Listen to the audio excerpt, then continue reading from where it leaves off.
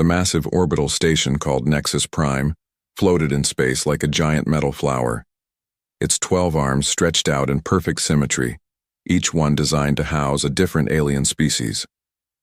Today, like every day for the past 50 years, representatives from 47 different worlds gathered in the central chamber for another session of the Galactic Council. Ambassador Sarah Chen sat in the human section, her dark eyes scanning the enormous room. Around her, aliens of every imaginable shape and size filled their designated areas. The tall, blue-skinned Vorthans stood in their crystal pods. The insect-like Zephyrians buzzed quietly in their hive-shaped alcoves. The jellyfish-like aquatic Federation members floated in their water-filled spheres. Sarah had been Earth's representative for 8 years. She had seen thousands of these meetings, trade disputes, border conflicts, technology sharing agreements, cultural exchange programs. The usual business of keeping 47 different species working together peacefully. But today was different. Today, Sarah carried a small datapad in her jacket pocket. On that datapad was a single document that would change everything. Chancellor Vextar of the Vorthans was speaking, his voice booming through the universal translators. The mining rights in the Kepler sector must be redistributed fairly. The Keltorian Empire has taken more than their share. The Keltorians, large reptilian beings with sharp teeth and golden scales, hissed their disagreement. Their leader, General A. Korax, stood up on his powerful legs. We claimed those asteroids legally. Our contracts are valid for another 10 cycles. Sarah had heard this argument before. It was the same every month. The Keltorians would push for more resources. The other species would complain. Someone would suggest a compromise. Sarah would usually step in with a solution that made everyone equally unhappy, which somehow counted as fair. But not today. The ethereals, beings made of living crystal that pulsed with inner light, chimed in with their musical voices. Perhaps Ambassador Chen has a suggestion? Humans often find creative solutions to such problems. All eyes turned to Sarah. Hundreds of alien gazes focused on the small human woman in her simple black suit. This was her moment. This was when she usually stood up and offered some middle ground that would keep the peace for another few months. Instead, Sarah Chen stood slowly and pulled out her datapad. I thank the ethereal delegate for their confidence in human diplomacy, she said, her voice calm and clear. However, I must inform this council of an important decision. The chamber grew quiet. Even the usually chattering Zephyrians stopped their buzzing. Sarah looked around the room one last time. She saw species that had become familiar over the years. Some she respected. Some she had grown to consider friends. All of them were about to be very confused. Effective immediately, Sarah said. Humanity withdraws from the Galactic Council. The silence stretched for several heartbeats. Then the chamber exploded into chaos. What? Chancellor Vextar's voice rose above the noise. What does this mean? We thank you for the opportunity to participate in this organization, Sarah continued, her voice steady despite the uproar around her. All human personnel will be leaving council space within the next 24 hours. This decision is final. She placed the datapad on her desk and walked toward the exit. Behind her, delegates from 46 species shouted questions, demands, and protests.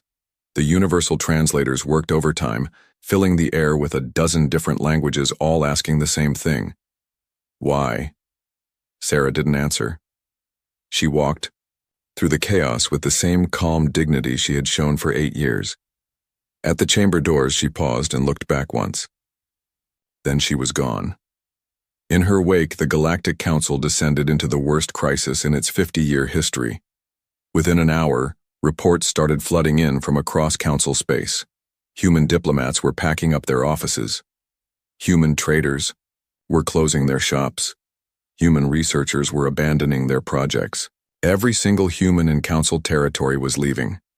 Captain Zultar of the Zentari Security Force watched in amazement as the human residential district on Nexus Prime emptied out. Families with children, elderly humans, young couples, they all moved with quiet efficiency toward the docking bays. No panic, no rushing, Just smooth, organized departure. Sir, his lieutenant reported, the humans have requested immediate clearance for 37 transport ships. Granted, Zultar replied automatically. Then he realized what he had just authorized. Wait, 37 ships? How many humans were living here? According to our records, about 15,000. Zultar's 4 eyes widened. Those ships could carry 50,000 beings easily. The humans had been keeping much larger vessels ready than anyone knew. Down in the commercial sector, shopkeeper Brillon of the Aquatic Federation watched human merchant Jonathan Park close his successful electronics store. Park had been selling human-made devices for 12 years. His holographic displays and entertainment systems were popular across dozens of species. But why are you leaving? Brillon asked, his tentacles waving with distress. Your business is so successful. The council needs human innovation. Park paused in his packing. He had always been friendly with Brillon, sharing coffee and stories about their respective homeworlds. For a moment, something sad flickered in his eyes. I'm sorry, old friend, Park said quietly. But some things are more important than business. What things? What has happened? Is humanity at war with someone? Park shook his head. No war. At least not the kind you're thinking of. He sealed the last shipping container and activated its anti-gravity lift. Take care of yourself, Brillon. Maybe we'll meet again someday, under better circumstances. That was all he would say. Like every other human, Park left without explaining anything. The most disturbing reports came from the research stations. Dr. Elena Vasquez had been working with a team of ethereal scientists on advanced propulsion systems. They were close to a breakthrough that could revolutionize space travel for all council species. But when her ethereal colleagues arrived at the lab that morning, they found only empty rooms and a simple note. Project files have been transferred to council archives. Thank you for your collaboration. The ethereals had spent 3 years working alongside Dr. Vasquez. They respected her brilliant mind and innovative approach to problem solving. The idea that she would simply abandon their work seemed impossible, but she had. They all had. By the end of the day, not a single human remained in council space. 50 years of integration, cooperation, and friendship had ended in 24 hours of polite but absolute departure. Emergency sessions were called on every major council world. The communications networks buzzed with frantic messages between species leaders. Everyone wanted to know the same thing. What had humanity discovered that made them leave so suddenly? Chancellor Vextar convened an emergency meeting of the Council's Executive Committee. The leaders of the 12 most powerful species gathered in a secure chamber deep within Nexus Prime. This is unprecedented, Vextar said, his blue skin pale with stress. No species has ever left the Council voluntarily. The economic disruption alone will affect every member world. General Corax of the Keltorians leaned forward on his claws. Perhaps they discovered something about us they didn't like. Humans always claim to value honesty and cooperation above all else. Are you suggesting we have been dishonest? The bow, ethereal representative of being called Harmony of Stars, pulsed with indignant light. I'm suggesting that humans are paranoid by nature, Corax replied. They see conspiracies everywhere. Maybe they finally convinced themselves that we were plotting against them. But Queen Trillara of the Zephyrians wasn't convinced. Her compound, eyes reflected the chamber lights as she spoke. The manner of their departure troubles me more than the departure itself. They were too organized, too prepared. This wasn't a sudden decision. They planned this for months, maybe years. The room fell silent as the implication sank in.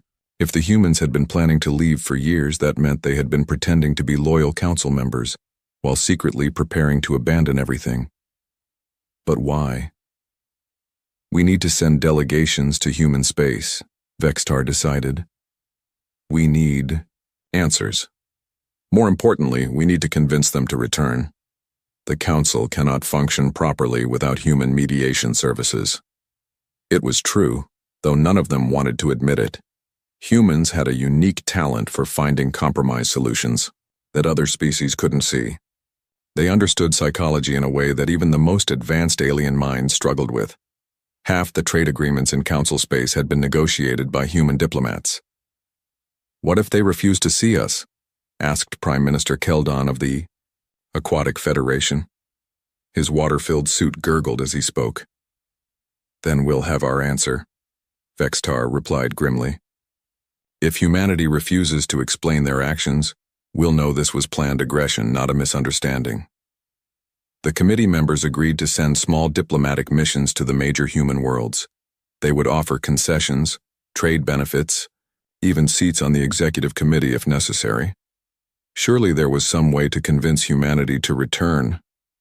None of them suspected the truth. None of them imagined that humanity's departure wasn't about wanting something better from the Council.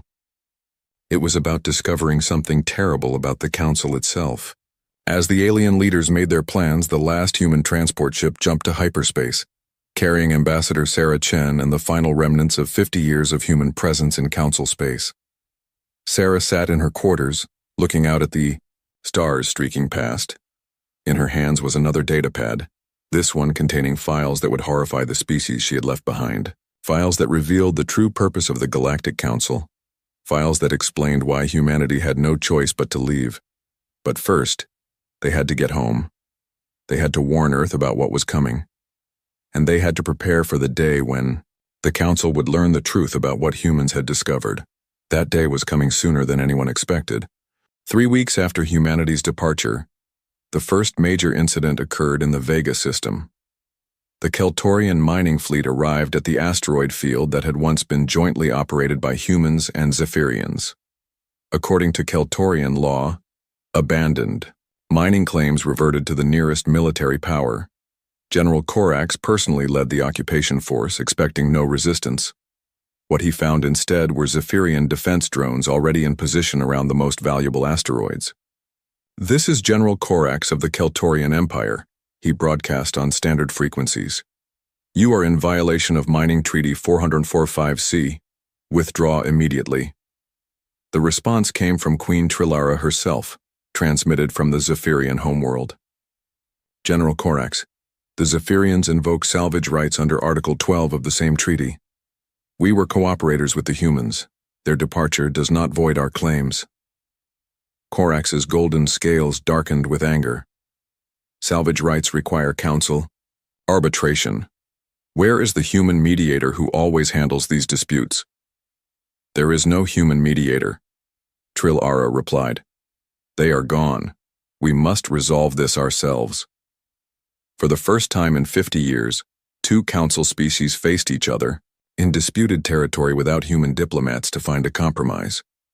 The Keltorians had superior firepower. The Zephyrians had legal precedent on their side. Both sides waited for someone to suggest a middle ground. No one did.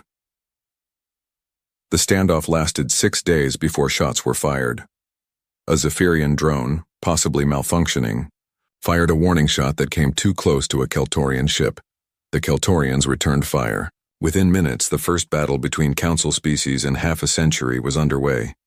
The fighting only stopped when Zentari peacekeepers arrived and declared the entire system under Council protection pending investigation. But the damage was done. Two species that had coexisted peacefully for decades were now bitter enemies. Similar incidents erupted across Council space.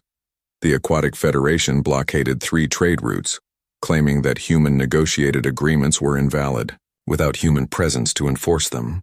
The Crystalline Collective demanded renegotiation of technology sharing deals, arguing that humans had been secretly benefiting from arrangements that seemed fair on the surface. Chancellor Vexitar found himself dealing with more crises in 1 month than he had faced in the previous 5 years. His office on Nexus Prime became a constant stream of angry delegates, each demanding solutions to problems that had never existed when humans were around. "The Vorthans are being unreasonable," complained Ambassador Felnon of the Aquatic Federation. His aquatic suit bubbled with agitation. "They claim exclusive rights to the Polaris Gateway, but that route was opened by human explorers.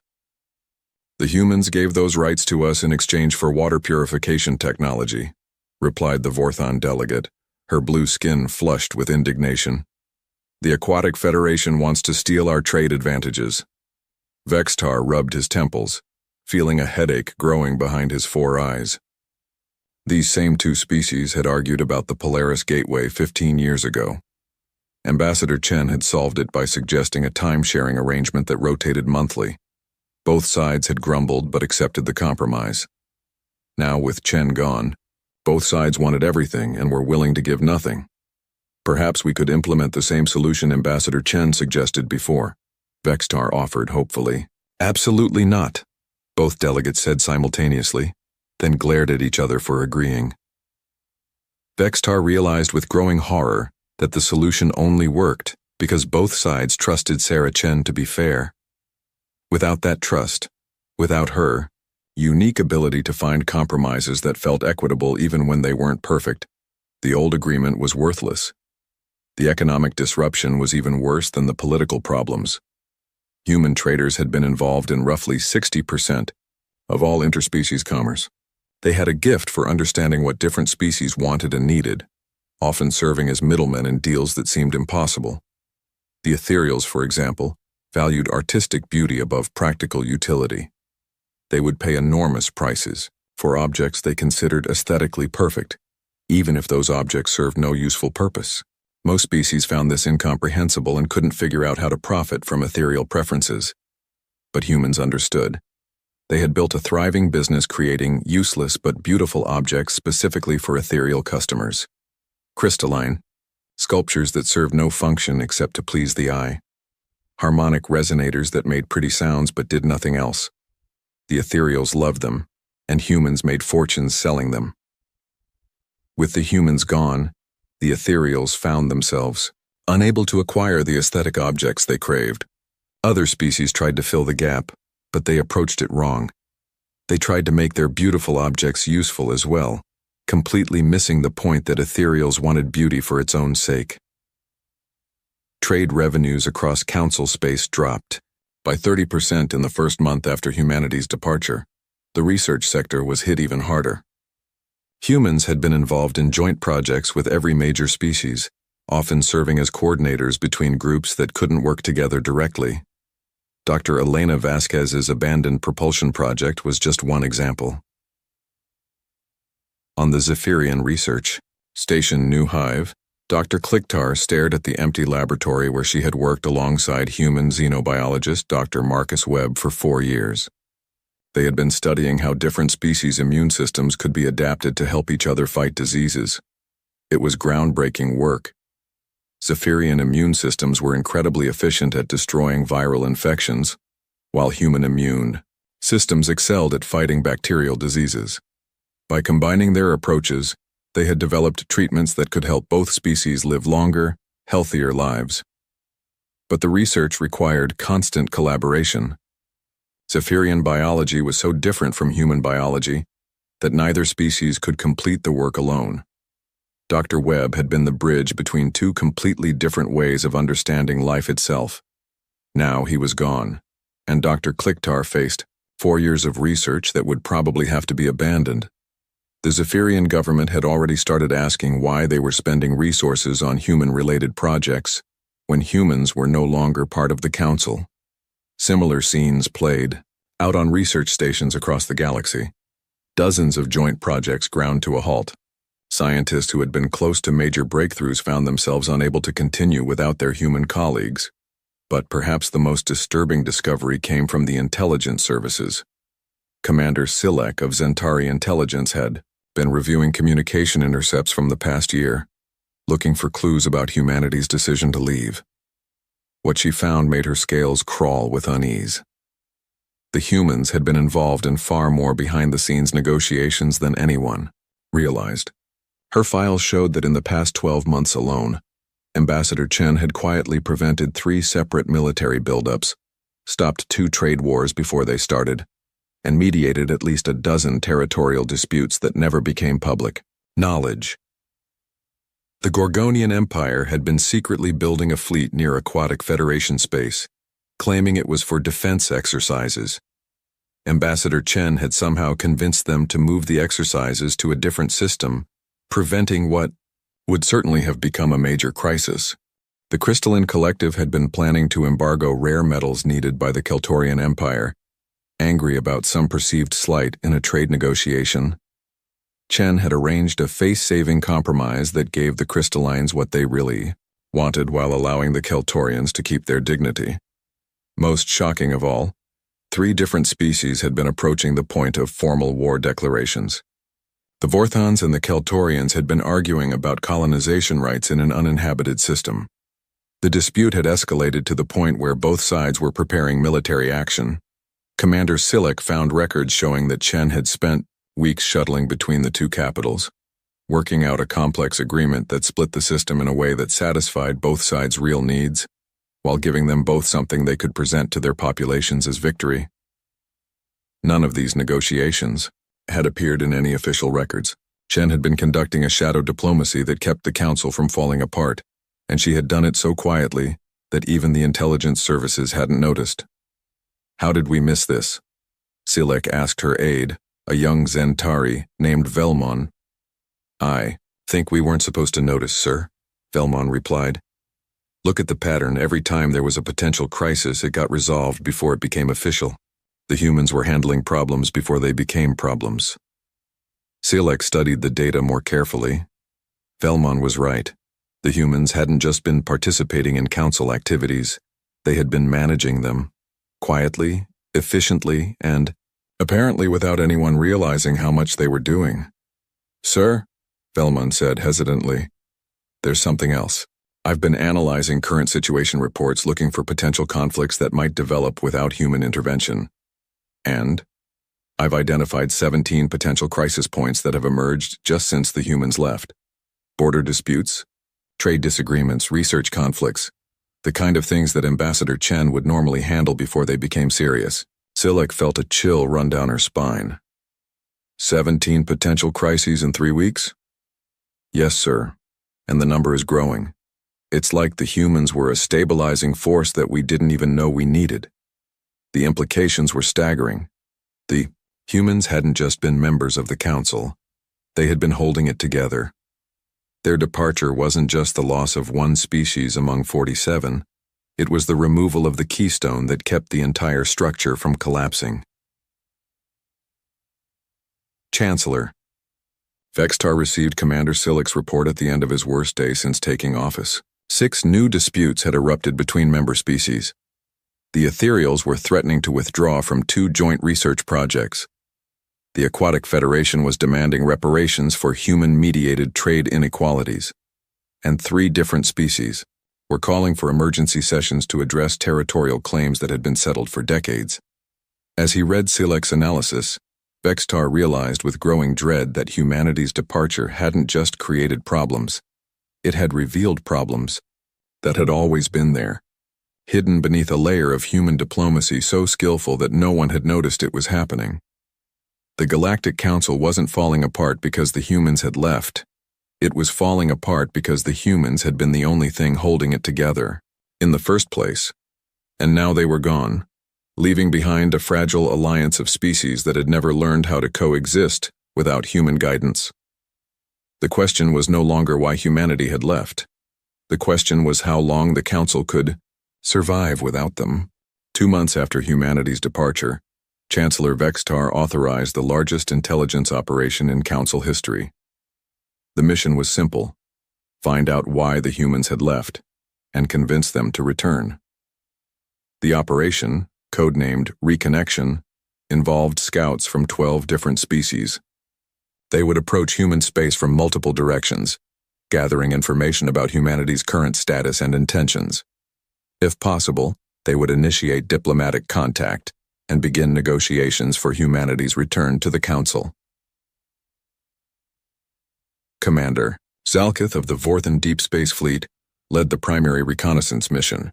Her ship, the Stellar Wind, was the fastest vessel in the Vorthon fleet, equipped with the most advanced sensors available to Council technology. If anyone could penetrate human space undetected and gather useful intelligence, it was Zalkith. Thui. Journey to human space took 3 weeks at maximum hyperspace velocity, As they dropped out of hyperspace at the edge of the Sol system, Zalketh expected to find the same modest defenses that had protected Earth when humanity was part of the Council. A few orbital platforms, some patrol ships, perhaps a monitoring station or two. What she found instead made her question whether she had arrived at the right star system. "Sensors are detecting massive energy signatures throughout the system," reported her science officer, Lieutenant Mordan. "I'm reading at least 40 major installations where our records show only 12. Zalketh studied the display with growing confusion. The Sol system looked completely different from their intelligence files. Where Earth's moon had once hosted a small research station, now a massive structure orbited the satellite. Complex energy patterns suggested it was some kind of shipyard or construction facility. Mars, which had been a small colonial outpost during humanity's council membership, now showed signs of major terraforming operations. The thin atmosphere was thicker, and green patches were visible on the surface where the ice caps used to be.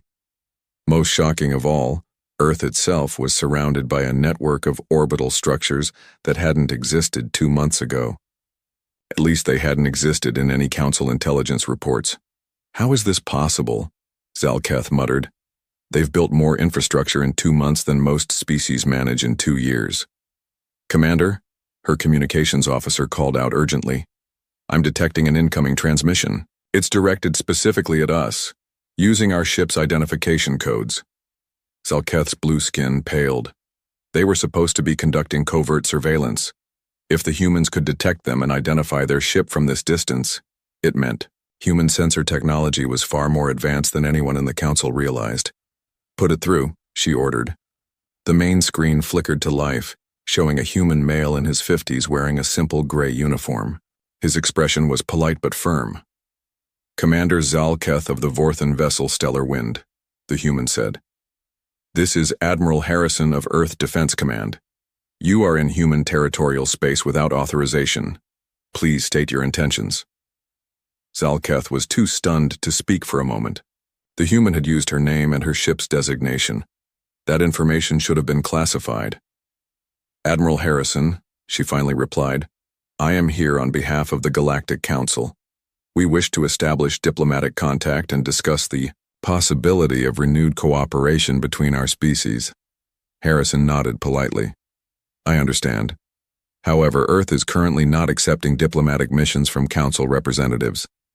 I'm afraid I'll have to ask you to leave human space immediately.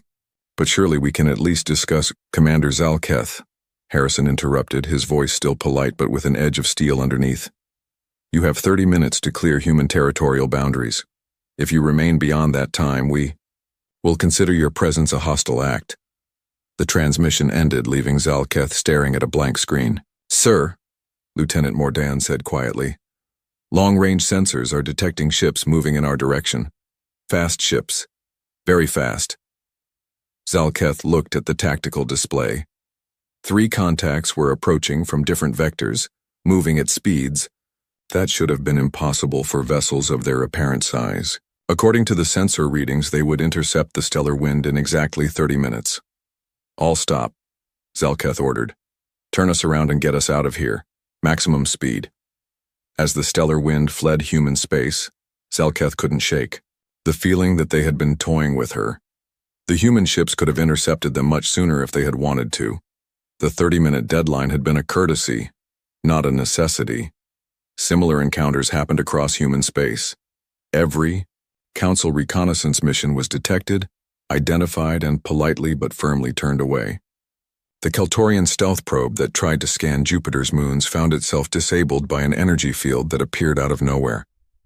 The crew was unharmed, but their ship was completely dead in space until a human vessel arrived to tow them to the edge of the system. The Zephyrian diplomatic ship that requested permission to land on Earth was met by automated defense systems that spoke perfect Zephyrian and politely explained that Earth was not currently receiving visitors. When the Zephyrian captain tried to argue, the automated system demonstrated its capabilities by providing a detailed analysis of Zephyrian colonial law, complete with citations from legal texts that had been written after humanity left the Council. Most disturbing encounter came when the ethereal research vessel Harmony attempted to conduct passive scans of human technology. The ship's crystalline hull suddenly began resonating with harmonic frequencies that caused acute discomfort to the crew. The message was clear. Even passive observation was unwelcome. Back at Nexus Prime, Chancellor Vextar reviewed the reconnaissance reports with growing alarm. Every mission had been detected, every approach had been anticipated, every council vessel had been met with technology that exceeded their capabilities by a significant margin. "How is this possible?" he asked Commander Silic. 2 months ago, human technology was roughly equivalent to our own. These reports suggest they've advanced decades beyond us. Silic had been studying the same question. Her investigation had led to a disturbing conclusion.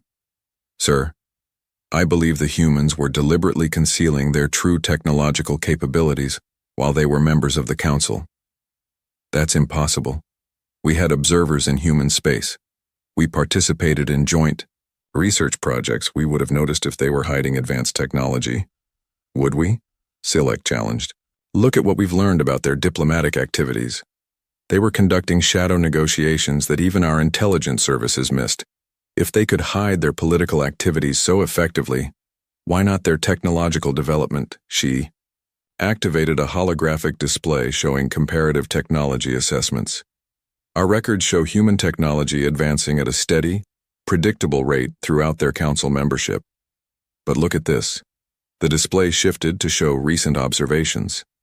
"The infrastructure we're seeing now would require decades to build using the technology levels we thought humans possessed. Unless they already had the advanced technology and were pretending to be less developed," Vextar finished. The implications were staggering. For 50 years, humanity had been presenting themselves as a mid-level technological civilization, roughly equivalent to most other council species. They had participated in technology-sharing programs, accepted assistance with complex engineering projects, and allowed other species to believe they were the more advanced partners in joint research efforts.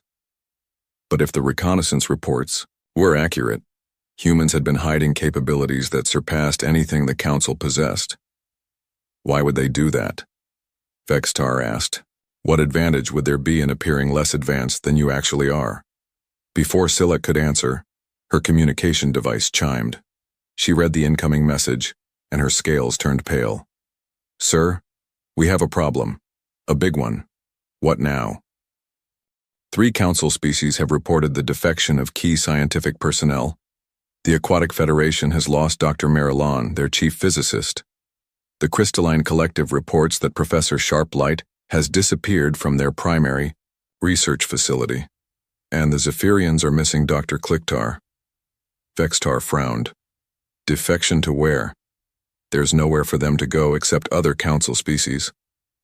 Sir, Silic said quietly, all 3 of these scientists were involved in joint research projects with humans, and all 3 disappeared on the same day that human transport ships were detected near their respective worlds. The full implications hit Vextar like a physical blow. The humans weren't just hiding their own technology, they were actively recruiting the Council's best scientists. The defections weren't random, they were targeted acquisitions of specific individuals with specific knowledge. Get me a complete list of every scientist who worked closely with humans during their Council membership, Vextar ordered. I want to know how many of them are still in Council space. The investigation revealed an even more disturbing pattern. Over the past 5 years, dozens of Council scientists had taken research sabbaticals or extended studies that coincidentally coincided with visits to human space. Many of them had returned to their homeworlds with new insights and breakthrough discoveries. At the time, it had seemed like productive collaboration. Now it looked like systematic intelligence gathering. But the most shocking discovery came from an unexpected source. Dr. Kexvara, an ethereal physicist who had worked with Dr. Elena Vasquez on the propulsion project, received a message 3 days after the human scientist's departure.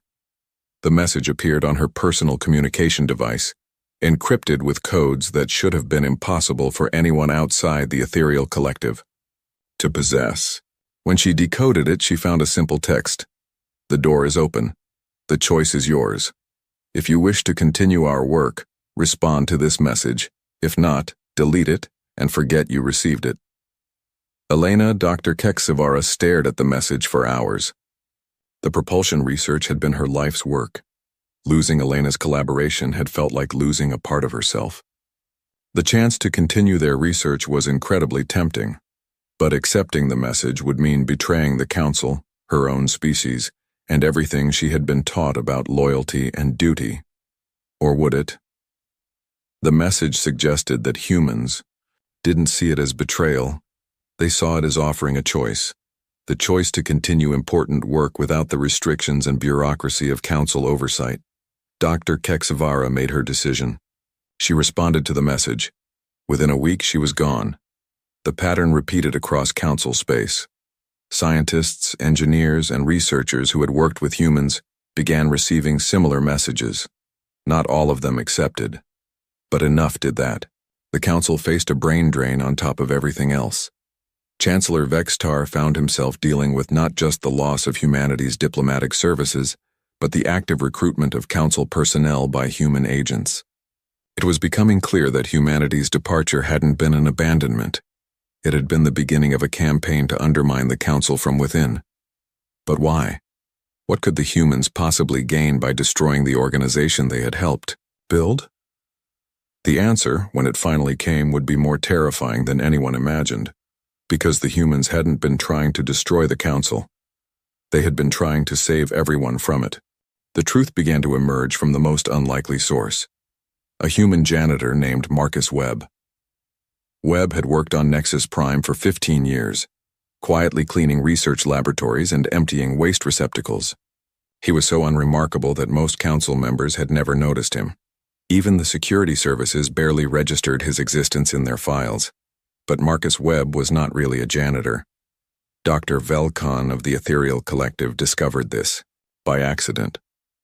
3 weeks after receiving Elena Vasquez's encrypted message, he was working late in his laboratory when he noticed someone accessing the quantum research terminal in the adjoining room.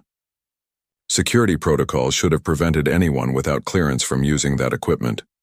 When Velkan investigated, he found Marcus Webb sitting at the console, fingers moving across holographic displays with the speed and precision of an expert quantum physicist.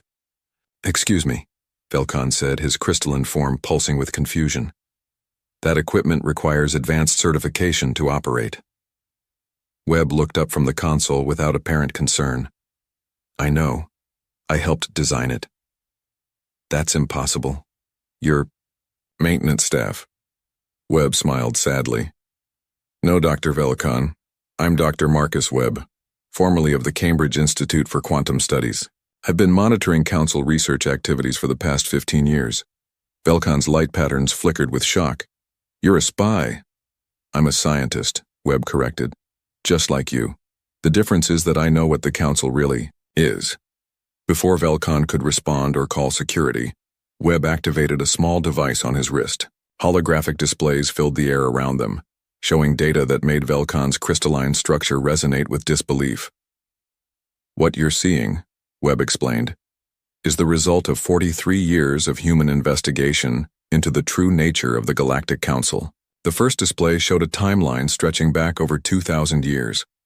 It tracked the formation of galactic civilizations, their technological development, and their eventual contact with the Council. The pattern was consistent across dozens of species. Rapid advancement followed by invitation to join the Council, followed by technological stagnation. "Every species in the Council follows the same trajectory," Webb explained. "Fast development until they reach a certain threshold, then suddenly their advancement slows to a crawl. We used to think it was natural, the result of peaceful cooperation reducing the need for competitive innovation." The second display showed comparative technology curves. Species that joined the Council early showed dramatic slowdowns in advancement after membership. Species that joined later showed the same pattern. "But humans are different," Webb continued. "We kept advancing at the same rate even after joining. It took us decades to figure out why."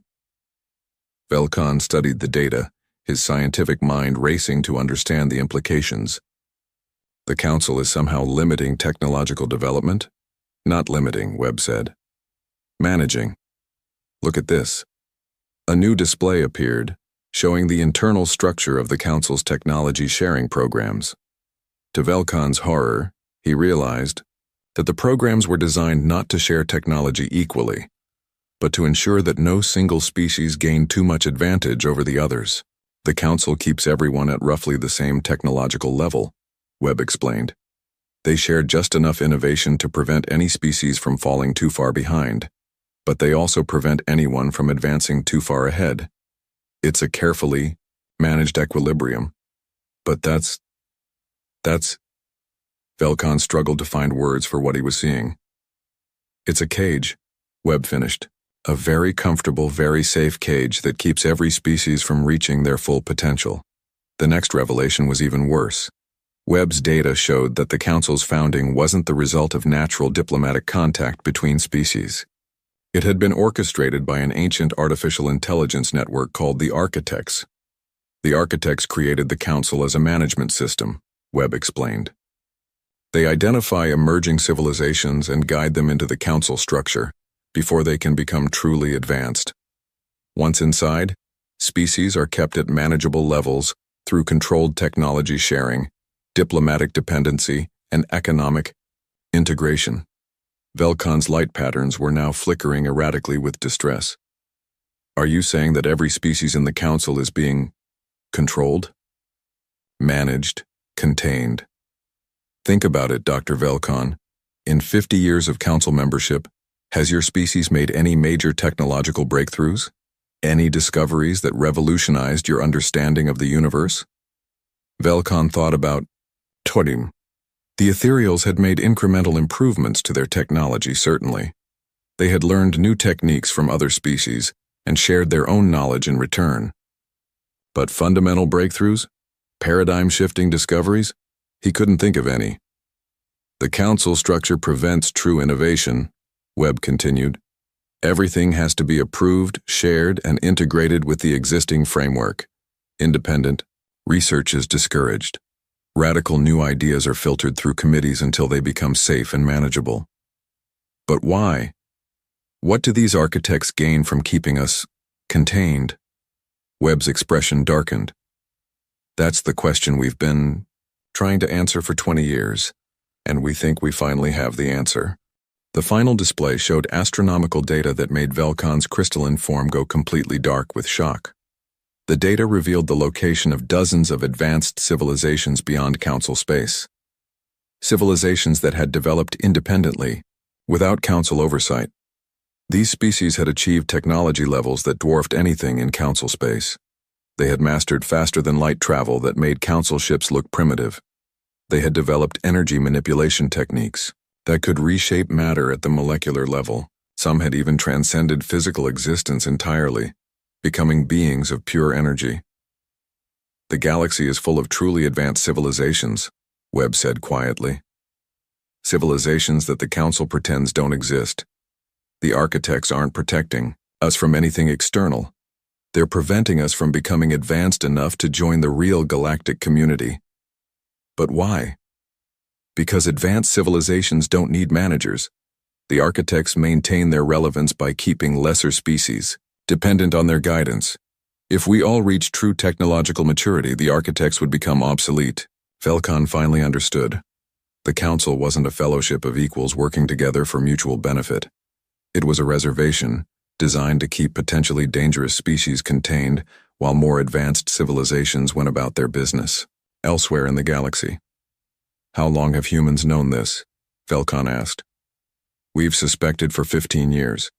We've been certain for 5. But we needed proof before we could act, and we needed to find a way to expose the truth without triggering the architect's containment protocols. Containment protocols? Webb's face was grim. The architects don't tolerate species that try to break free from Council control. Civilizations that discover the truth and attempt to leave are typically dealt with permanently. Their homeworlds suffer mysterious catastrophes, or they're invaded by rogue pirates that turn out to be architect enforcement units. Then how did humanity escape?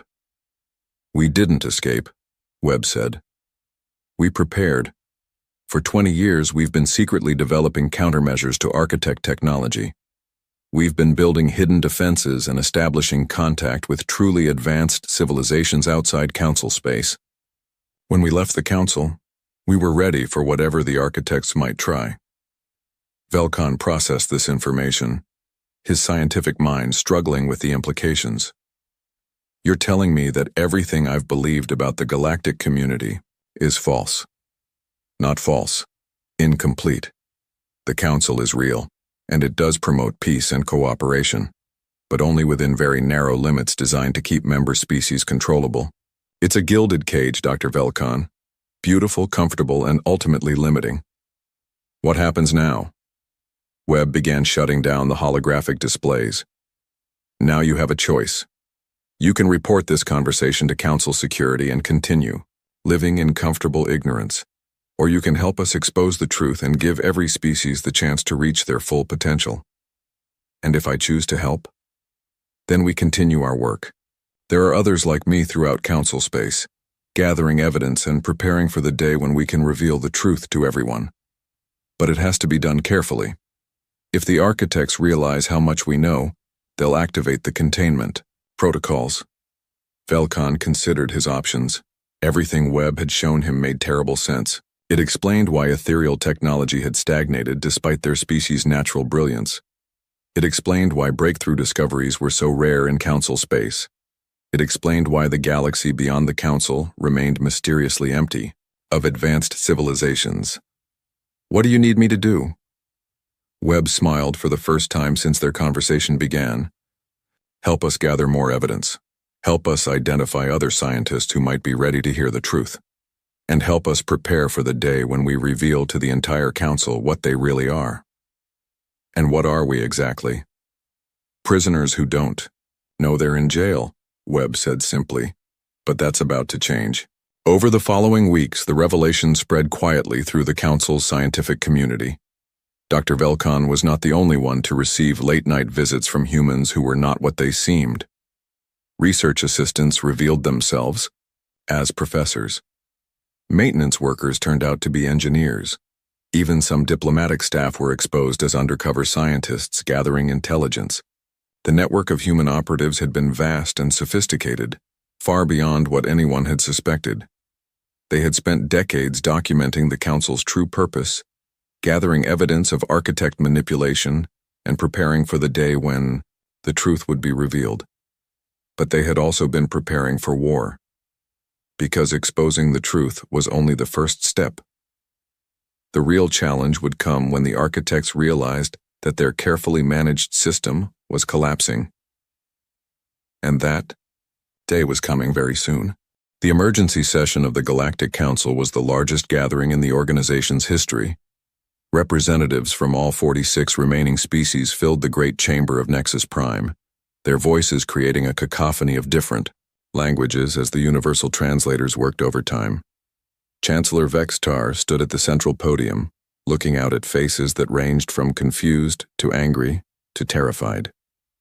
Word of the human revelations had spread through the scientific community like wildfire, and now every species was demanding answers. "Order!" Vextar called out, his voice amplified across the chamber. "We will address these allegations systematically and rationally." Systematically. Queen Trillara of the Zephyrians buzzed angrily. "You want us to be systematic while learning that our entire civilization has been imprisoned for 50 years? The human claims are unsubstantiated." General Korax of the Keltorians growled. "They provide no concrete proof of these so-called architects." No proof? Dr. Velkan had been granted special permission to address the Council as a scientific witness. His crystalline form pulsed with indignation as he activated holographic displays throughout the chamber. "Look at the data for yourselves." The evidence was overwhelming. 43 years of secretly gathered information showed the pattern clearly. Every species in the Council had followed the same trajectory. Rapid advancement until Council membership, then technological stagnation disguised as stable cooperation. The Keltorian Empire developed faster than light travel in just 50 years, Velkan explained. But in the 40 years since joining the Council, your ships have only improved incrementally. Where are the breakthrough innovations? Where are the revolutionary discoveries? Korax's golden scales darkened with anger, but he couldn't argue with the data. None of them could. Commander Silek presented the intelligence analysis that had taken her weeks to compile. We have confirmed the existence of at least 12 advanced civilizations beyond Council space. Their technology levels are centuries ahead of ours. Yet the Council's exploration records show no contact with any of them. Because we were told they didn't exist, added Dr. Sharplight of the Crystalline Collective. Every time our explorers approached the boundaries of Council space, they were redirected to safer areas for investigation. The debate raged for hours. Some species demanded immediate action against the supposed architects. Others insisted the allegations were human propaganda designed to justify their betrayal of the Council. A few suggested that even if the claims were true, Council membership had brought peace and prosperity that might be worth the cost. It was Prime Minister Keldon of the Aquatic Federation who asked the crucial question, if the humans are right, what do we do about it? The chamber fell silent. Even if they accepted the truth about the architects and the artificial limitations placed on their development, what options did they have? The Council structure was the foundation of their entire galactic civilization. Chancellor Vextar was about to respond when every communication system in the chamber suddenly activated simultaneously. Screens flickered to life, showing the image of a human woman they all recognized, former Ambassador Sarah Chen. Members of the Galactic Council, Chen said, her voice calm and clear despite the chaos her words had already caused. I apologize for interrupting your deliberations, but recent events require immediate explanation. The chamber erupted in shouts and demands, but Chen continued speaking over the noise. 3 hours ago, Architect enforcement units launched attacks against 7 human colonies. As we predicted, our departure from the Council triggered their containment protocols. They are attempting to eliminate humanity as a threat to their control system. The chamber went dead silent. On the screens, Chen was replaced by tactical displays showing space battles that were taking place at that very moment. Human ships engaged strange angular vessels that used energy weapons unlike anything in Council technology databases. The ships attacking us, Chen continued, are the same design as vessels that have mysteriously destroyed civilizations that tried to leave the Council in the past. The hegemony of Talvesh, which supposedly fell to internal civil war 60 years ago. The Confederation of Free Worlds, which allegedly collapsed due to economic crisis 30 years ago. Both were actually eliminated by architect forces. General Korax leaned forward, studying the tactical displays with professional interest. Those energy signatures, I've seen them before, in classified reports about pirate raids in outlying systems. Not pirates, Chen said. Architects. They've been using false flag operations to eliminate potential threats while maintaining the illusion that the Council is a peaceful, voluntary organization. The implications hit the chamber like a physical wave. How many civilizations had been secretly destroyed for trying to break free? How many species had been eliminated not by natural disasters or internal conflicts, but by deliberate genocide? However, Chen continued, humanity is not the previous victims. We've spent 20 years preparing for this day. The tactical displays shifted to show human defense fleets engaging the architect forces. To the amazement of everyone watching, the human ships were winning. Their weapons cut through architect shields like they were made of paper. Their defensive systems absorbed energy attacks that should have vaporized entire vessels. We've been developing countermeasures to architect technology for 2 decades, Chen explained. We've also been establishing contact with truly advanced civilizations beyond Council space. We are not alone in this fight. As if to prove her point, new ships appeared on the tactical displays. Vessels of impossible beauty and obvious power joined the human defense fleets. Their very presence seemed to destabilize the architect attackers. The Confederation of Light has agreed to assist us, Chen said. They are descendants of a species that broke free from architect control 3,000 years ago. They've been waiting for others to join them in true galactic community. Dr. Velkan watched the battle displays with growing excitement. The newcomer ships were using technology that operated on principles he could barely comprehend. Matter, manipulation at the quantum level, energy forms that existed in 11 dimensions simultaneously, consciousness transfer across vast distances instantaneously. This was what advancement really looked like. This was what the Council species could become if they weren't being artificially limited. Chancellor Vexitar found his voice at last. "What are you asking of us, Ambassador Chen?" "Nothing," Chen replied. "We're not asking anything. We're offering something. The same thing we offered to individual scientists and researchers over the past months. A choice."